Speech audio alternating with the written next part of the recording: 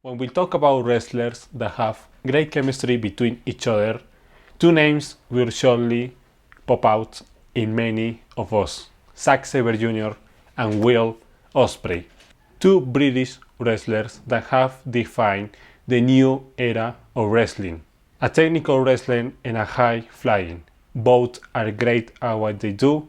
They have faced each other 5 times. This year we had one in the New Japan Cup 2021 round of 16. Today we will take a look at this match and see what makes it so great. By the way, if you really like Zack and Ospreay, make sure to subscribe because a full review of the rivalry from the Go On Wars match to the New Japan Cup match is coming. This is just a preview of that video, so make sure to subscribe because that video will be coming soon.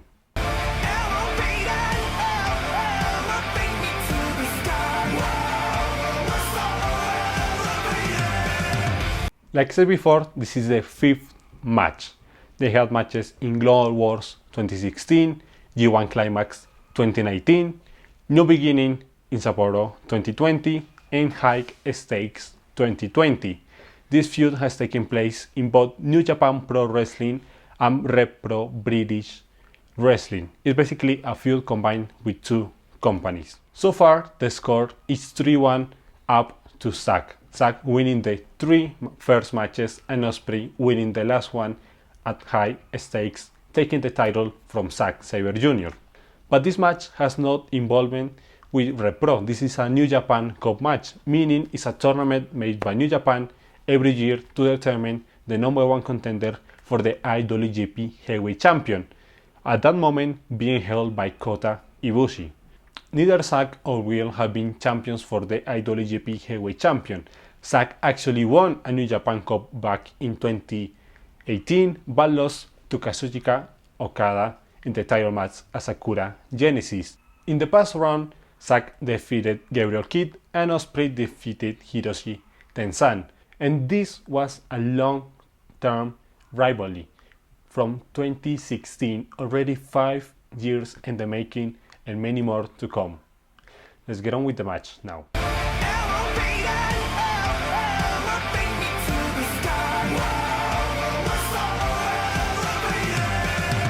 The first 10 minutes of the match is pure non-stopping action, quickness, big move after big move, and you can see heat between the wrestlers. Ospreay has now Zack's beloved Rep Pro Heavyweight Champion, and they basically hate each other at this point. So many matches before, so many physicality between all of them, and you can see in this match how this is getting into their egos, as this becomes more an ego battle rather than a wrestling match later on.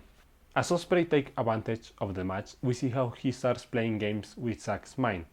In kayfabe, when it comes to Zack's character, he has a big ego, like his character involves around that big ego of him believing he's the best wrestler, he's the best technical wrestler. He is the best technical wrestler in the world, but his character is surrounded around that. So Ospreay begins to play with that. Also, let's remind this is a heel versus heel match. There's no face in this match, both are bad guys. One of the ways that Ospreay begins to play with Zack's mind is that he starts doing technical moves. That's basically one of the key moves in Zack's wrestling moveset. So it's very funny seeing how Ospreay is telling Zack, I'm now the technical machine, and now you. And you can see how Zack is getting pretty annoyed at this, throwing hard punches at Ospreay, chops, kicks. It's basically a war between these guys that hate each other so much. One of the best moments for me in this match is when we see Ospreay running, attempting to do a bicycle kick, but Zack catches Ospreay in mid-air and turns it into an ankle lock. They have done this before. They have done it with cutter to a headlock, and now to bicycle kick to ankle lock. Like I said before, the chemistry between both of them are amazing. Zack can easily turn Ospreay's high flying moves into a technical submission, and Ospreay can do it the other way around, technical submissions into high flying moves. Like, this is the definition of chemistry, Zack and Ospreay. All the matches are great, and you can see how they are very much connected, that it feels like so natural, like it's just they are destined to do this. What does a battle of egos include? Smack talk. These wrestlers are basically throwing shit at each other every single time, laughing at the other, challenging the other, all through the verbal. Like, if you're watching this match, it's pretty useful to pay attention to what they are saying to each other, because that plays a key role in the story. You don't feel the match the same way if you're not paying attention to the words, how they are insulting each other, how they are swearing at each other, and how they're basically just making fun of the other. Once again, related to the hates and the ego both wrestlers have. There's a pretty fun moment in this match. We see Zack literally slap Ospreay, and Ospreay just has a facial expression of being so angry with that. He's pissed off and he looks like he's going to kill Zack. Zack has basically now gotten into Ospreay's mind. Ospreay did it before, but now Zack is doing it on Ospreay, and this could pretty much cost the match for Ospreay. When talking about Zack Sabre Jr., one of his best things are his submissions. And honestly, he does some pretty scary stuff. I don't think the human body is supposed to be bent like how Zack does it. In this match, he obviously did it. Like, how would you expect a Zack Sabre Jr. match without this scary submission? Like, it looked like the guy's turning people into bicycles. Like, he's so scary. Please, Zack, stop. He's scary, but at the same time, it's so awesome. It fits right perfect into the match, because, like I said before, this is hate. It's pure hate between the wrestlers. And Zack doing this submission that's putting Ospreay into a lot of pain, making Ospreay's body just look weird. It fits perfectly into the match. It's no better way to say it. Another of Zack's main move is the penalty kick. And in this match, he did a penalty kick that looked really brutal in sound a lot. And once again, it just feels perfectly fitting into the match. Every move they are doing into the match is right on point. It fits perfectly with the story, with what they are trying to tell us. With the storytelling between these two wrestlers are just every single aspect, like every detail matters, because if they don't do it really good in details, it's not going to feel amazing, but they do. It's really good. Like I said, I'm a big fan of the matches, and especially this one. The hate has gone too far that now Ospreay nose is bleeding. Yes, we have blood in this match in his nose. I think this was an injury, and you can see how basically Ospreay's mouth is full covered in blood. It looks nasty and scary, but then again, it's so fitting. Like, I'm not a fan of blood in wrestling, because the idea of wrestling is basically protecting the people in the match, but one time off in like this moment, because it isn't a lot, it's just a little bit, and it helps to elevate the drama of the match. My favorite move of the match is when both wrestlers are on the top rope and we see Zack grabbing Ospreay's arm.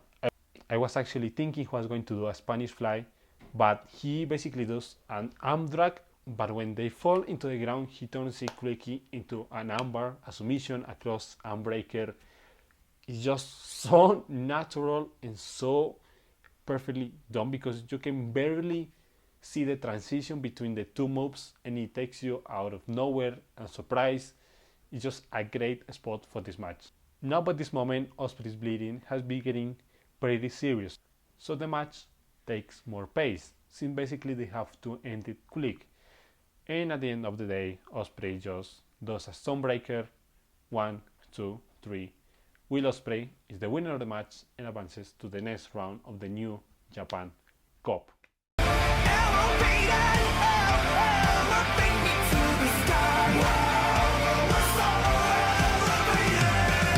See, before that, Zack was 3-1 against Ospreay. Ospreay won the last match.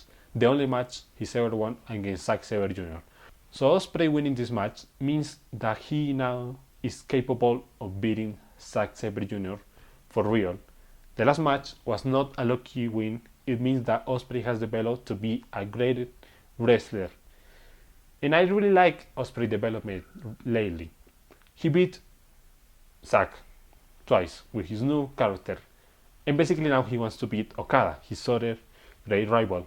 I cannot wait to see that match. Please Ospreay come back for injury and we see that match. So we're talking that now Ospreay is a better wrestler. Yes, even better than before. He's now beating his opponent. And for me, I cannot wait to see Zack versus Ospreay in another match for the IWGP Heavyweight Champion.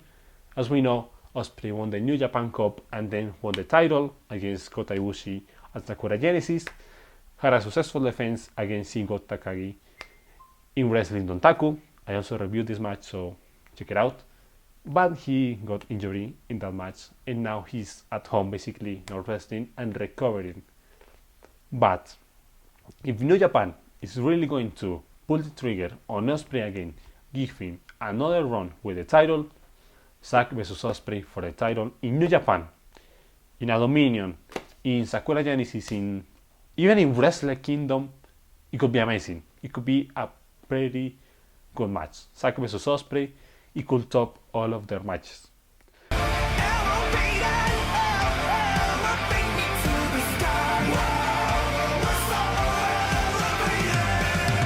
For me, this match is their second best. I like more the high stakes match, but I'll not explain it right now. I'll explain it when I do the video on the full feud review. But anyways, this match, the rating is a 5-star match. It's perfect. Both wrestlers are connected pretty well. The story is pretty much clear. Like you can feel the story in that match, even without watching the other matches, because the first time I saw this match, I hadn't watched all the other 4 matches. And I understand the story pretty quick. So that says a lot of how good that match is. You really need to check it out if you haven't watched it.